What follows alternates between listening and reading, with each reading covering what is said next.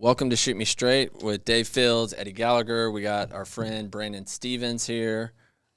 He's a good friend of ours. He's come down, staying this week with us, and doing a lot of fishing out on the boat, out on the beach. But I know a lot of his story. Haven't heard it in complete detail yet, but he's got just a really incredible story of overcoming and going through adversity and coming out on the other side. Been really successful entrepreneur. Welcome to the show. Thanks for having me. And we have his son, too. Oh, yeah. Mason Stevens. You may have heard of him. He's quite a celebrity around these parts. If you haven't, look him up. Yeah. He's on his Facebook page. Go and like it and follow him. But start with just were you born in Texas? I know you live outside of Dallas now, but were you born there? Yeah, I was actually born in East Texas. Born in Dallas, but we lived actually in Seagoville, Texas for 3 years. And then we actually moved to Wills Point, Texas, and that's where I went to school and actually graduated from. Oh. So it's about an hour and 15 minutes east of Dallas, Texas. Yeah. You played sports? Yeah, I played sports my whole life, ever since kindergarten. Yeah. When did I know? And I'm gonna kind of skip through up to the point like when you first got married. Mm-hmm. How you went to college too, correct? Yes, sir. And after college, like when did you meet your wife and first got married? Your first wife? Yeah, absolutely. So, man, college was a journey. Which college did you go to? Howard Payne University. It's in Brownwood, Texas, and then I transferred out to East Texas Baptist in Marshall. My senior year, over a girl. Didn't work out, of course. Seems like those stories never work out. Yep. Then I met, actually, Mason's mom a few months later, and she got me a job at a gym as a personal trainer and a general manager. So I was doing that, and then she got pregnant with actually his oldest sister, and I decided to take an entrepreneurial route, and that was the most stressful biggest obstacles I've ever had to overcome in my entire life, just starting from scratch. And we made it work and started making some okay money, but also there was times where our backs were against the wall and we kind of lost a lot of things, and then times got tough. And then there were some challenges with his mom. She started going through postpartum depression, anxiety, suicide attempts and everything. And she actually checked in to the hospital for a couple of months when I was raising his sister. She came back from that. Man, she was like my best friend, loved the outdoors. She was completely changed. Just everything was normal. Got pregnant with actually baby Cajun Mason. And we had him. And then a couple months later, she left us. Became a single dad, full custody of my oldest two kids. And she just took off? Yeah, she just took off.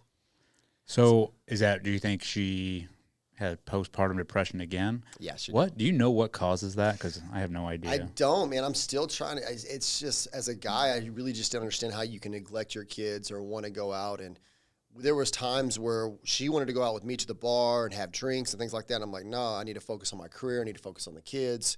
I need to prioritize them to make sure I, set them up to be successful in life too as well. And I just didn't understand why she wanted to neglect our kids. She never wanted to do anything with them, but she always wanted to do things with me. It was really weird. Mm. Is that, you think that's common or not? I mean, not common, but do you think that happens frequently? I'm starting to see it a lot more. Yeah. And I really didn't understand how you can neglect something so precious. You know what I mean? And I love my kids. I'll do anything for them. I wonder if it's like psychological, like, because I'm thinking, the woman obviously has the kid inside of her 9 months, and she's taking care of her naturally. And I'm wondering if like there's something to that, to where they finally, give birth and they're like, ugh, all right. But then it's sort of like a letdown, or, I don't know, some psychological thing. And I've seen more of it when people have C-sections, not vaginal births. So when I've seen a lot of the postpartum, but the studies that I've looked at, it's mostly people that go through the process of developing the baby and everything else, and then when they have time to come have the baby, it doesn't fully 100% go through the way it's supposed to, and then you have a C-section. It's mostly people with C-sections, from what I understand. I don't know how accurate that is, but that's what I've heard. Okay. Wow, it's crazy. So you're there with two kids, and she just up and leaves. Like, how'd that shake down? Yeah, how did that take place? Oh, man. Just one day, she literally, like, I can't do this no more, and just left. It was really crazy. There was times that she tried to take her life at our house. Man, it's tough. It was some really tough things, and I'm like, you can't do this. We got to fight through this. And like, I'm very old school. I don't believe in divorces. I don't believe in anything like that. So it was very hard for me to cope with. Like, what are my parents going to think of me? What is my peers going to think of me? You know what I mean? Like, because divorce is at an all-time high now because of social media and all the temptation and everything nowadays. And our society just gives up when things get tough. They don't try to fight through it. Was she a person of faith? She was, then got out, and then I got her back in when we started dating. When we got together, yes. Okay. So now I don't know how active she is now, but yeah, I'm just wondering. Yeah, like as she's going through that hard time, and obviously when people go through hard times like that and they can't sort of control it, that the only place to turn is God, right? And Absolutely. be like, hey, help me get through this, or help us get through this. And usually, what I've seen is, you have faith and you pray through it, and He comes through. That's why I was just sort of wondering. Yeah, and she's more active now in their lives, but it's mostly their grandma, and then she'll come over and actually see them. But they most of the time want to go to their grandmas all the time. Yeah. So, and as a individual, if this happened to my daughter and my grandchildren, I would want to see my grandchildren. So I'd reach down and say, hey, if you ever want to see your grandchildren, just let me know, and we'll make it happen. Yeah. Oh. So. Wait, when you came, was it like literally just one day you came home and she said, I can't do this, I'm out, and packed her stuff? She's hinted to that a lot. So I saw it kind of coming, but I was fighting for it. I was hanging on. Oh. Yeah, I was trying to keep everything intact, trying to keep our family together. I had a feeling it was eventually going to happen, though. For that next, months, next year, during that time, how was that? It was tough. That's actually when I retired my mom. So my home security business, I had a door-to-door sales company. It was brutal. It was tough. Just imagine knocking on somebody's door and doors slammed in your face, guns pulled on you. I mean, it's crazy stuff. I had about probably 28 employees, door knockers with me, made really good money, but during that transition time, things were going down because I wasn't at the office as much. And so I asked my mom, I was like, hey, you're a teacher aide. Teacher aide salaries are not that high. She was making like $1,700 a month, $2,000 a month. I said, what if I just pay you $2,000 flat? Would you come and just spend the day at the house, watch the kids? Because with 2 kids at the time, it was going to cost me about that anyways per week. And she can actually stay at my house during the week and then go home on the weekends. So I would have her at my house during the week, and I would just work extra hours. And I was like, hey, I just got to get laser focused right now. And at the time, he was only 1 year old, and his daughter was 3. I was like, man, they're so little, they're not really going to remember this. So I just need to go to work. And so that's when I started getting into the e-commerce space and dibbling in real estate and a little bit of everything and just trying to provide for them. Oh. So it was tough though. I can't imagine. Yeah. There were some nights I cried to sleep, and for that period of like 1 year, I didn't even get to see them every day. I would kiss them before they even wake up, and then I'll be kissing them when they're getting in bed. And there's times I couldn't even sleep at night. I was just like, what am I doing? Hopefully I'm on the right path. Hopefully God's leading me down the right path. And it's worked out. It really has. I don't regret anything that I've chosen to do in the past. There's things I would have changed a little differently, of course, but it's all worked out. How difficult was it, like playing mom and dad roles? Oh, man, that was tough, man. Brushing hair, picking out clothes. I think my oldest daughter looked like a boy half the time. That was tough. And it was helpful having my mom there. She helped me out a lot. I have to give a lot of my success that I've been able to have in life, I have to dedicate to my parents. They've been able to help me. They've never been the entrepreneur type mindset. They've always been the blue collar worker. Yeah.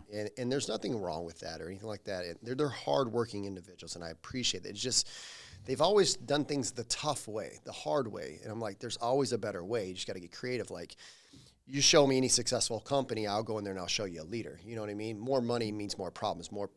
You got to become a problem solver. And if you're not a problem solver, you're not going to be able to achieve bigger results. And because of them, I've been able to figure out solutions a lot more simpler and quicker, just because I didn't have to have the stress of just constantly just making sure they're under my wing, because she was being the babysitter and helping me out. So yeah, I mean, that mom role is definitely. Yeah. It's a full-time job, and it's probably one of the most important jobs, and it's awesome that your mom stepped in. She helped out a lot. Yeah. Absolutely. Helped out a lot. It's been fun though, hasn't it? He's like nods in approval. Yes, it has. So yeah, it's been a interesting journey, but I think this was maybe become who I am today. They say the man that loves the walk gets a lot farther than the man that loves the destination. I think the walk and the process has made me become who I truly am today. Instead of just giving to me on a silver platter, I had to work for it. Yeah. So. I think of your phrase too, this pain will serve me well someday. Yep. Oh, That's yeah. my favorite quote. Yeah. That's good. Yeah. Anytime you go through hardships and you struggle through them, you'll get benefits on the back end for Absolutely. sure. Well, you appreciate it a lot more too as well. Yeah. Yeah. And through that, I mean, like you're raising 2 kids, right? A 3-year-old and a 1-year-old. Mom leaves, and you're hustling. You're making ways, right? Like you're figuring out, okay, this seems impossible, feels impossible, but I'm not gonna go off my feelings. I'm gonna find a way. I'm gonna get my mom in here. I'm gonna pay her what she was making anyway. So it's not, you're not taking away from anyone else. In fact, you're replacing it with something she probably, loved. Yeah.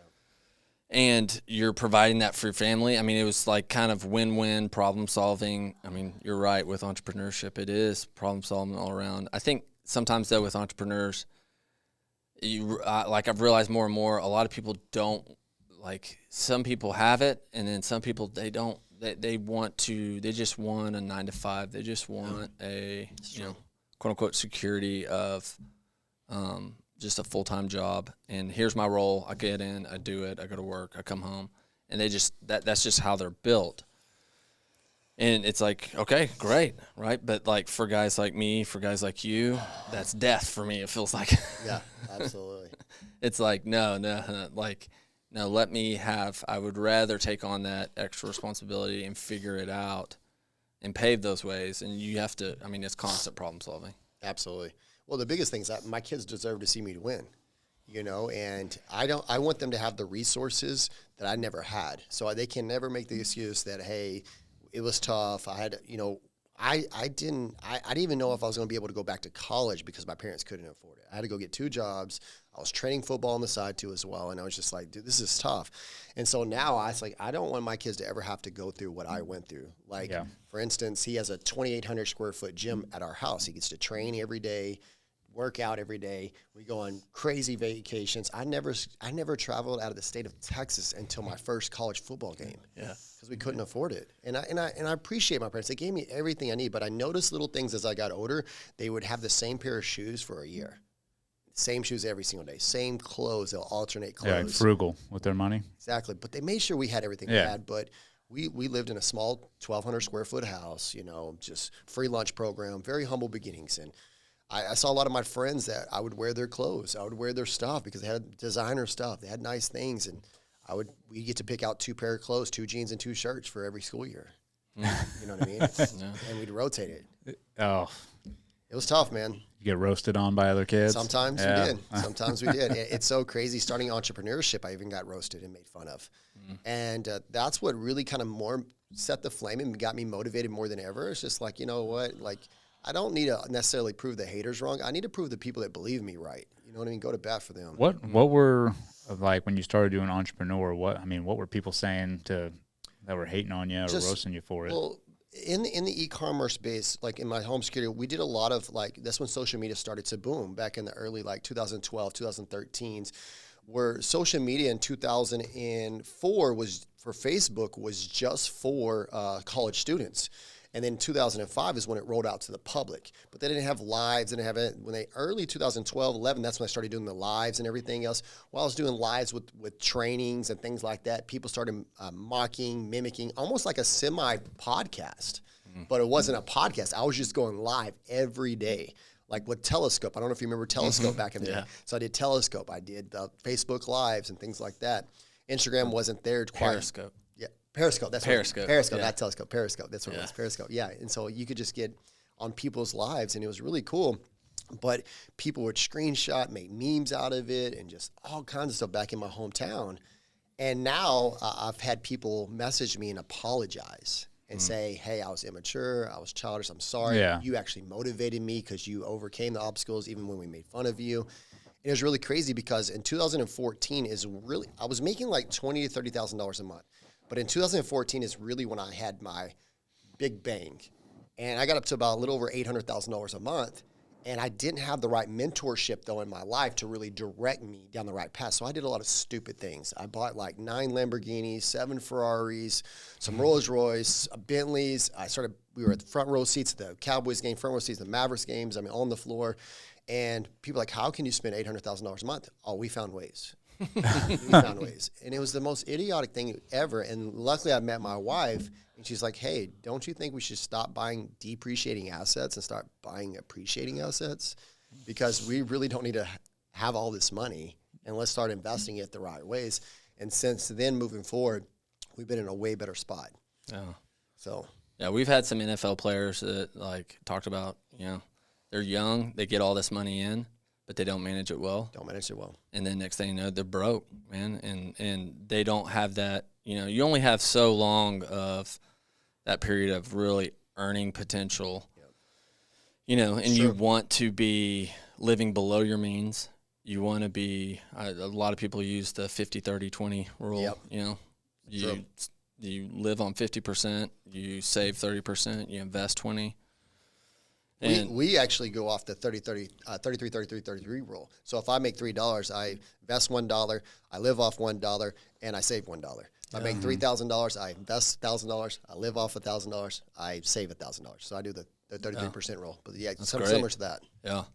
And when you do that, when you discipline yourself like that, then you're able to later on, you don't have to work, and then now your money's making you money. You have multiple investments that are coming in, and you're not hustling. And also you're not, I think one of the biggest things, you're not worrying about day to day. You're not worrying about the next, like we've talked about it even the last couple of days. I'm not worried about, you go to dinner, you're not worried about dinner. You're not worried about what all the small things because you live so below your means. True. Yeah, I get made fun of all the time because I drive a F-150 STX pickup truck, little $28,000 truck. Had it for 6 years now. Yep. People are like, what are you driving? Yeah. I'm like, I don't need a $100,000 pickup truck. Yeah. No, it's stupid in my opinion. I'd rather travel, see the world, spend it on my kids. Yeah, exactly. That's what it's really truly about. Build memories with them.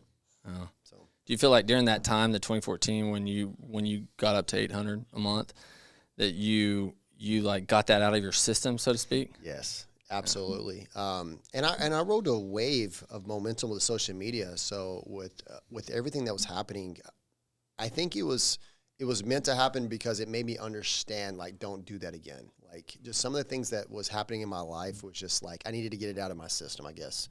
And now I'm like, okay, now I'm more careful with where I spend my money at, what I invest in, things like that. I still I take risk a little bit, occasionally. Yep. But also, we're very conservative too as well. Yeah. I mean, there's a difference between taking risks and then just blowing your money to have fun. But it sounds like, you got that out of your system. And so what was the big, when you started making all that money, I mean, what was it that you were doing to make that much money? Yeah. So I was selling nutritional products at the time. So I got really excited about this product because it stops against angiogenesis, cancer cells growing in the body. Mm-hmm. And my grandfather just died of colon cancer. Oh, I'm sorry to hear that. Yeah. So, that's been 10 years now, 10, 11 years now, my grandfather, when he passed away, but he never missed a sporting event. He was there at my surgeries. I mean, he was there even when I didn't know he was going to be there. He was always there. It was crazy. And, it was really wild because, like, when he passed away, it happened so suddenly. He was 88 years old, got colon cancer. Like 3 weeks later, he passed away. And so I saw this Facebook post of this guy talking about cancer cells and this blueberry juice. And it's just like, you know what?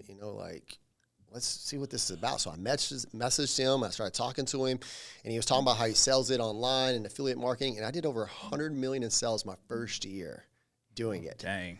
And it was crazy because, of course, the profit margins were very small, but I was just so passionate about it. And I was like, man, I'm just going to run with this. You know what I mean? Like, it just something that brought passion to me. And I was just like, let's go. And so I just went on. I was doing lives every day. I was doing Facebooks, messaging people, talking to people, just getting the brand out there. And it just took off, man. And I ended up doing over 500 million of sales in 3 years with that company.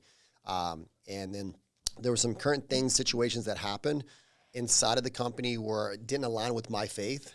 what they were doing. They were saying one thing, but they're doing something else behind the scenes. Yeah. And we decided to walk away from that income. We walked away from that company.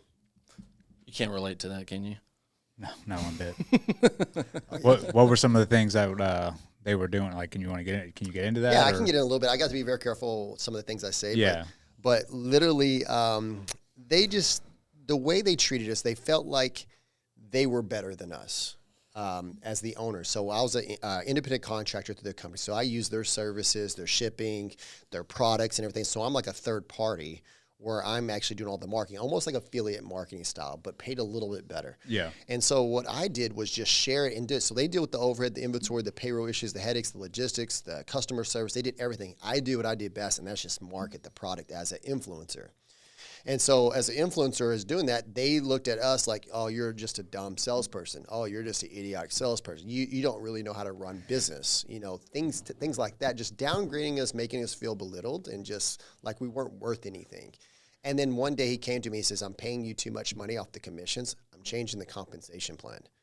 And my income dropped from $800,000 a month to $300,000 a month overnight. That's a big cut. Yeah. It was pretty devastating, and that's when I took a step back, and it was still a significant amount of money, but I was just like, how can I go push a product or sell a product I'm very passionate about, but a guy that acts like that. And he thought he had a little halo above his head, man. He thought nobody could touch him. He thought he was God's gift of everything, and tragic events happened, and I wish this upon nobody, and I wish it never would have happened, to be honest with you, but 3 years ago, him and his son-in-laws and his sons and his brother and his dad took a little jet to a hunting trip, actually I think it was in Wyoming, and they didn't have clearance to fly back home to defrost the wings, and they still took off anyways and crashed, and only 2 survivors. It was 2 young kids that survived. So killed. His brother passed away. His dad passed away. All his son-in-laws, his sons all passed away, but 2 of the grandchildren didn't pass away. It was very devastating, man. So it was really crazy. But this happened after I've already left. Yeah. And everything else. But it was just like very sad, because I actually been in that same airplane. I've been around their family. So it was really. Yeah, that's tragic. Yeah. I mean, What makes the difference though between you weren't the only one selling that product. Yeah. What makes the difference between someone that hits those levels of income versus someone else? Yeah, that's a really great question. It's What's like one of the main things? Well, a lot of people when it comes to sales, I'm not good at sales. I feel like sharing something is a little bit different than selling, because nobody wants to be sold nowadays on anything. Mm-hmm. But like a lot of people buy if it's helping somebody. So for instance, I had a guy knock on my door 2 summers ago on a Sunday evening, and that's our day off. That's our family day. We go to church. We spend time with our family. Yeah. And he was a food truck guy that was selling meat, shrimp, chicken, all this stuff. And he was knocking, and he knocked on the door. My wife went to the door, and he was talking for about 10 minutes, giving his little spiel. And I said, hey, bro, it's Sunday. What are you doing on my door? You've been talking for 10 minutes. 1 or 2 things need to happen. You need to shut the door and go to the next neighbor, or you need to literally tell my wife why you're truly knocking on my door on a Sunday evening, why you're interrupting my family time. And he started crying. And he said, my mom just lost her job, and I'm doing this to pick up to make extra cash to help her out. I was like, okay, now come in. Now we'll buy something. Mm-hmm. Like, I don't need your service. I don't need your meat. I don't need your, but I always try to love to help people. Yeah. Every time I possibly can. But if I feel like I'm getting sold, I won't buy. So the difference I feel like is not only tell them the reason why you're doing whatever you're doing. So my thing was, at the time, I was still a single dad. Like, hey, I picked up this side thing to make some extra cash. It helps with nutrition, helps you live a healthier life. I'm not trying to change your lifestyle, but I'm trying to help you live a healthier lifestyle. I was going to see if you can support my cause as a single dad and help me provide for my family, because at the time I was in a rough spot, and this is how I'm putting food on the table. And people were like, dude, I want to try it out. And they got on the product and they loved it, and they kept taking it. Yeah, but you sold it through authenticity. Exactly. That's the thing. You weren't giving them a spiel or whatever's on the script. It's like, exactly. Hey, this is why I'm doing this. And you tug at their heartstrings a little bit, and they're like, okay, this person's a real dude. Well, think about it. Have you bought Girl Scout cookies before? Oh, yeah. Have you bought Girl Scout cookies before? Never. I hate. No, really? Just kidding. No, of course I have. Yeah. Samoas? Everybody buys Girl Scout cookies. My wife, when she sees a Girl Scout cookie little stand, she beelines it too and buys it.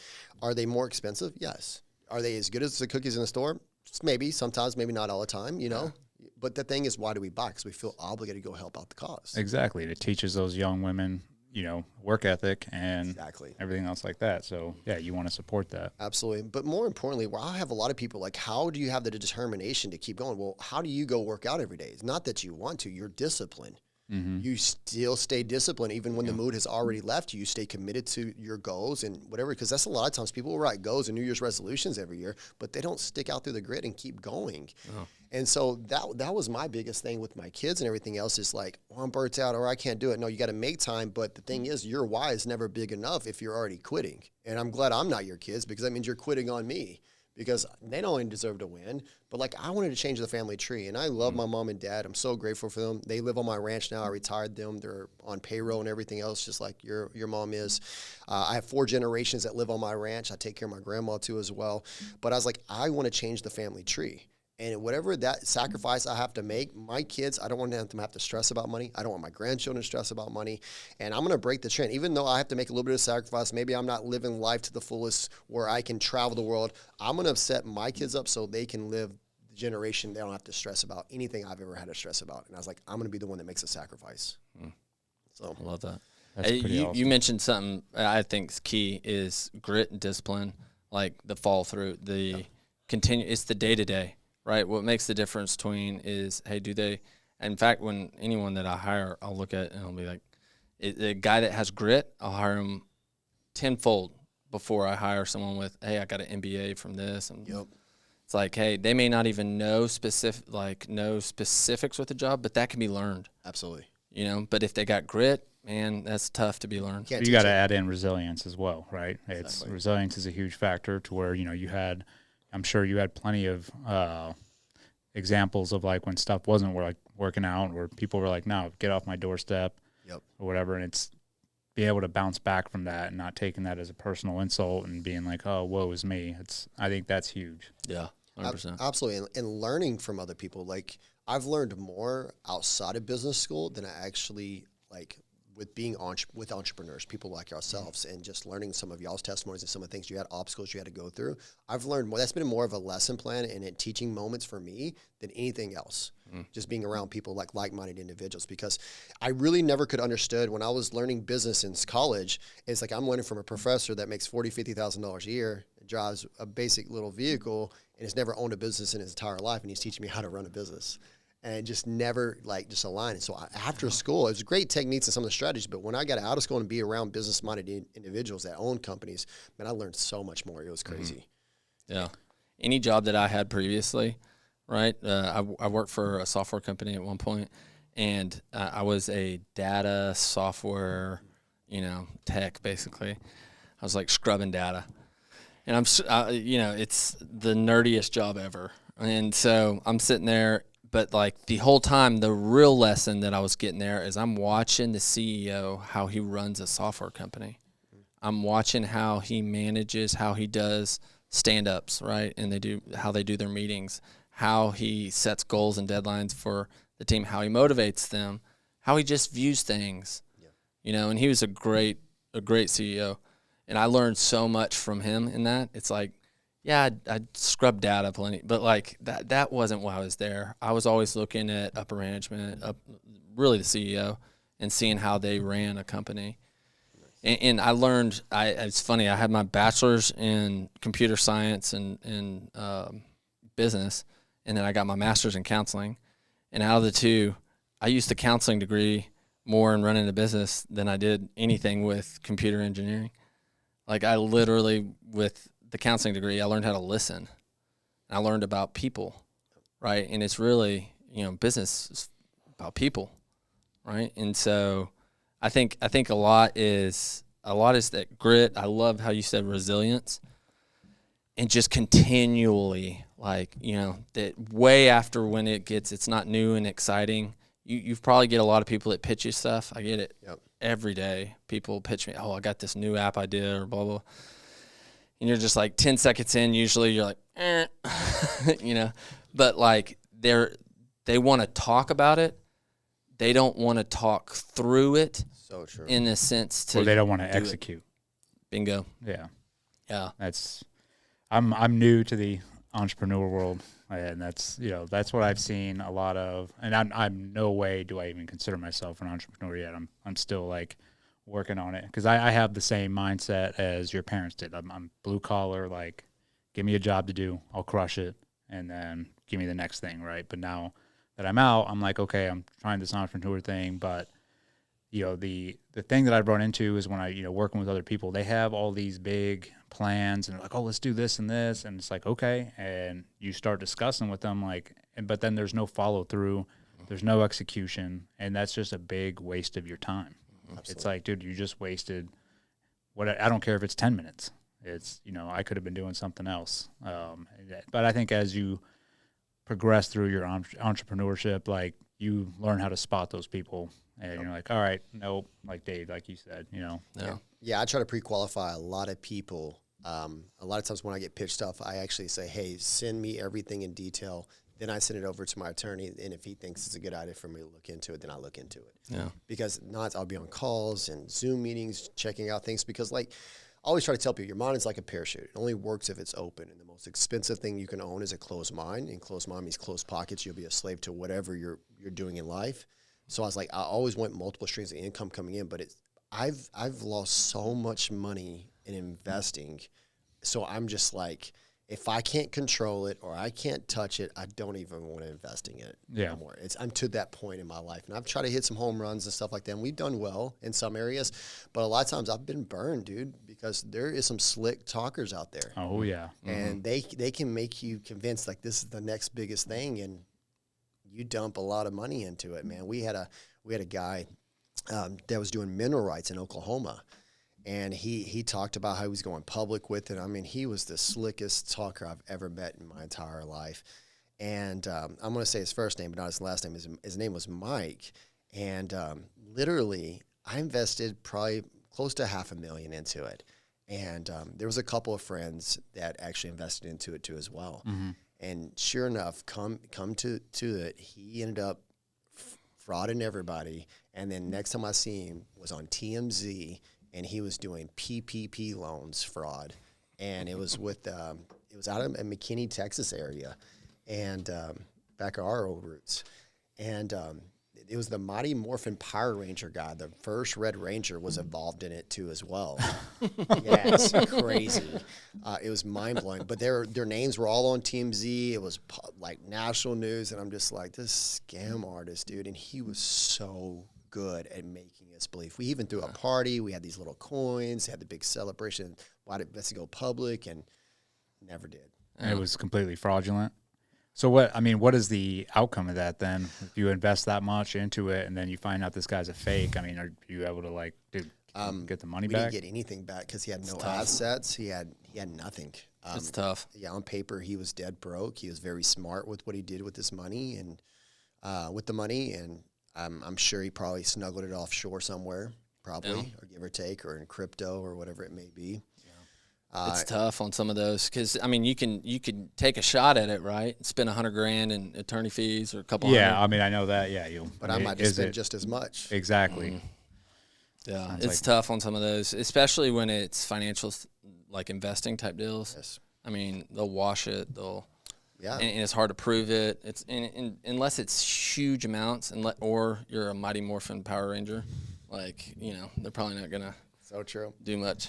Yeah, especially when you're like, there's, for instance, is like our last investment where it kind of bellied up, but we're in good faith and good hopes where you have to wire money overseas to a PAM account with Forex and stuff like that. And we've just looked at multiple ways to let our money go work for us instead of just sitting in the bank. Yeah. And there's been times where we've been taken advantage of and money just disappears and we really can't do much about it.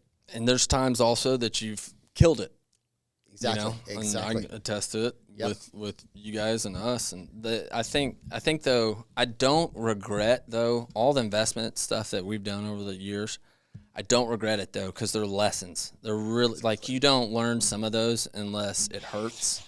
Exactly. And I think the thing I'd have a problem with though is this dude just getting off, Mike just getting off, and be like, dude, you're about to receive some knuckle sandwiches, bro. You know, like, There's been some nights like that. Yeah. Where I'm just like, who can I call? right? You'll make my money disappear. I'll make you disappear. Exactly. Yeah. It's tough. And I think the only reason what's held me back from doing something silly like that before is because of my kids. Yeah. I think if I didn't have kids, I would not be here right now. I'd probably be locked up somewhere. Yeah.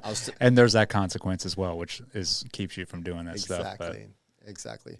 But yeah, like you said, it's a lesson learned. You know well, and you don't want to not have an investment mind. You always need to be taking calculated, smart risk. Exactly. That's the thing. I think that a lot of people they'll hit a certain level and they're like, okay, like we can just chill. It's like, well, like if you're not always looking, you're not going to grow. And so you do need to be looking at, hey, what's the next calculated risk? Risk is good. Yep. You know, too much on smart, like those things, depending on the amount you put in, right? There's been one I did. I told you about this one. I did this during that little short span of the crazy meme coin cryptos. Found this one morning. Found this one. I was like, you know what? I think this one just hit Uniswap like the day before, and I'm like, it fits this little meme mini spree that we're going through. I put 18 grand on it. Next morning, I woke up and it's 185. I'm like, cash out. And got out. Absolutely. You know, and so there's times that there's ones like that, but they're rare. Yeah. You know. Yeah, I always tell people whenever you're investing, only invest what you're willing to lose.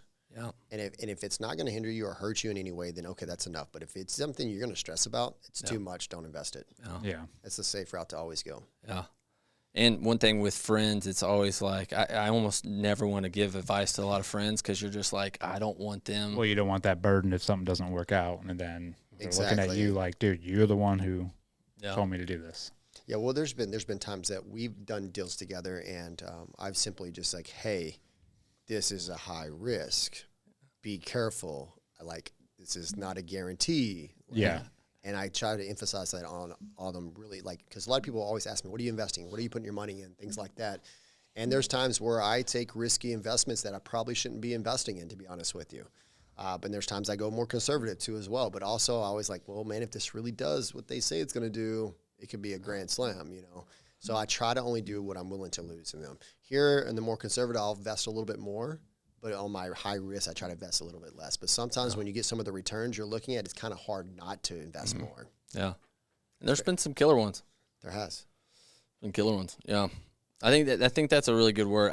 But I don't think it replaces like that resilience, the grit, the continual, especially until you make that first break. I think there's like a point of, you know, when you're used to making, you know, when you can't even imagine making 12 grand a month, and it's like, oh my God, and you hit that break, it's so much harder to get from 2-3 grand a month to 10 grand a month. Yep. That's tough. But to go from 10 to 20 grand a month is easier. And then 20 to 40, 40 to 60. Yeah, it's hard getting there, but once you get there, it's easy to replicate it. That's like they say 95% of the people that win the lottery go broke because they were gifted that money. They didn't earn that money. Mm-hmm. For instance, like the NBA players, 80% of them go broke just because of the fact that that was built off of a talent, not a skill set that was brought into place. So they don't know how to replicate all that money. And a lot of times we do dumb things. So I always try to tell people, you split up all the money in the world equally to everybody. It will end up being in the exact same hands. Every time. You can take all my money away over right now, and I guarantee you in less than 12 months, I'll be a millionaire again, 100%, because I've developed a skill set to know how to actually achieve them results nowadays, and I can teach it. Mm-hmm. So. Yeah. Yeah, that's a good word. You think you passed on your entrepreneurial skills to your son here? I think so. I think he's being around me long enough. My kids, I think they will definitely implement some of my strategies and skill sets, or hopefully, but if not, hopefully they're just living life to the fullest, and as long as they're happy. The great thing about them, I've been very smart with them. Of course, I've been putting some family banking policies in for them, so they have $1 million policies on them. So I think we calculated by the time he graduates, he'll be making a little over $3,000 a month. So he can really pursue whatever he wants to do. And I know that's not wealthy money or get rich money, but I think an extra $3,000 a month coming at the age of 18 That's a good start. Good money. start, exactly. And then they can let it keep compounding, and it's compounding around roughly 5 to 6% a year. And I'm still funneling it in every month for them. And so they can let it keep compounding, so eventually retire on it, or they can use it as a bank instead of having to pay interest on loans from the bank. They can lean against that and actually borrow from themselves. Yeah. So being very smart with their money, instead of paying 6 to 7% to the bank, they can actually just pay themselves back and let it keep compounding too as well. Yeah. What do you think about that, Mason? Big smile. Big smile. You're going to have to talk if you're on here. Mason's, he's the strong, silent type. Yeah, he's the quiet one. Silent killer. I got you a water too if you want water. Yeah, that's awesome. But I just wanted to make sure they were taken care of, man. One of the biggest things I think about a lot is, hey, I think and one of the guys we had on was very helpful and helped me think about parenting. And one of the phrases he uses all the time is, you're not raising kids, you're raising adults. Exactly. And he's like, Dave, he's told me one time, Dave, take it like any other business problem that you take. You look at, hey, what's the end result that I want? And then work it backwards. It's good. And I'm going, duh, like, why don't I not think about that with my kids? But it's like, at the end of the day, when I want them to, I want them to know God first and foremost, right? Absolutely. What control do I have over it? Well, I can imitate it. They can see my life. That's the biggest thing, right? I can have a good relationship with God and how I treat my wife. But then also I want them to not necessarily make tons of money, but know how to manage it well and not have to live with financial stress, right? And not blow it. And I want them to be able to take care of themselves. And so how do I implement that now when they're 3, 5, 7, 9? Well, it's, I'm starting with chores, right? I'm starting with responsibility. And then I'm starting with teaching them some financial things. With Everly, I'm like, hey, okay, you've done your chores. Here's $2, right? And she's like, those are my 2. And I'm like, well, one of them you're going to give back to me as the bank, and it's going to be saving. Smart. And she's like, no, I don't want to do that. Both of them are mine. I'm like, no, you have to do this. Like, I want to start teaching you so you can watch it grow. And feel that, hey, over the last month, like that's grown into $30 or. Absolutely. And not only that, when they want something, make them pay half for it. So they actually, because think about it, when they don't have no skin in the game, they just don't care. But if it's something tangible they bought themselves, they take care of it a lot more too as well. And we hinder our kids a lot. We tend to do things for them, like instead of letting them tie their shoes, we'll tie their shoes. Instead of helping them get dressed, they need to get themselves dressed. There's a lot of things they can do chores-wise. He takes it, like Mason, he mows our yard. He actually takes the trash out. He does chores around the house, does dishes and things like that. And I'm like, they need to earn responsibility. They need to earn their keep. They're living in this house for free. Yeah. They need to earn their keep. And they need to learn responsibilities too as well. That's life lessons too they need to do. Because this society nowadays, this generation is so lazy because they're used to getting everything handed to them on a silver platter. It's like... Well, everything's instantaneous. That too as well. It's, it's everything is at the click of a button, right? Yeah, this is the most evil thing we probably could ever have invented. Yeah. I mean, we sleep closer to this than we do our spouse. We forget this at home. We turn around and go back and get it, We can't live without it. And every time we hear it go off, what do? We have to look. Or that feeling you get when you think you lost it. Like, yes. That tells you right there. Just, you're like, dude, this thing controls my life. It does. And then before you know it, you're caught up in watching reels or social media for over an hour, and you just neglected your family that you could have been spending time with them. Yeah. So, yeah. It's crazy. Well, dude, it's awesome having you on. Mason, you want to share anything with us? Any wisdom, nuggets of wisdom? Where can people follow you, Mason? What's your Instagram? What's your Instagram? Baby Cajun. Baby Cajun?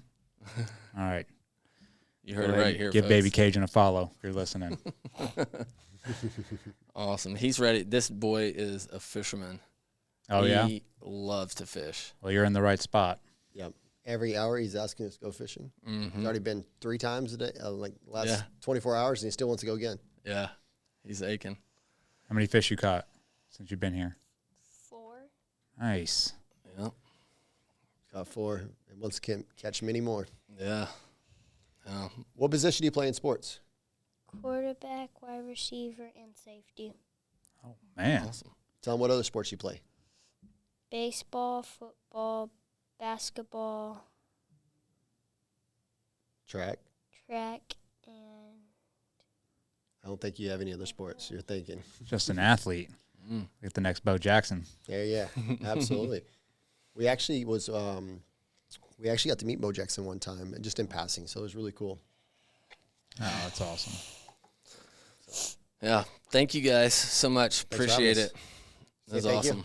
Thank Yeah, you. thanks, Mason, for coming on. Thank you. Appreciate you. Seriously, Absolutely. and thanks for telling your story and just Absolutely. setting the example for others to keep fighting through, even when times are tough, and to always remain to have faith in God. So, Absolutely. God 100%. first. yeah, All right. Baby Cajun, we're out. out. Yeah,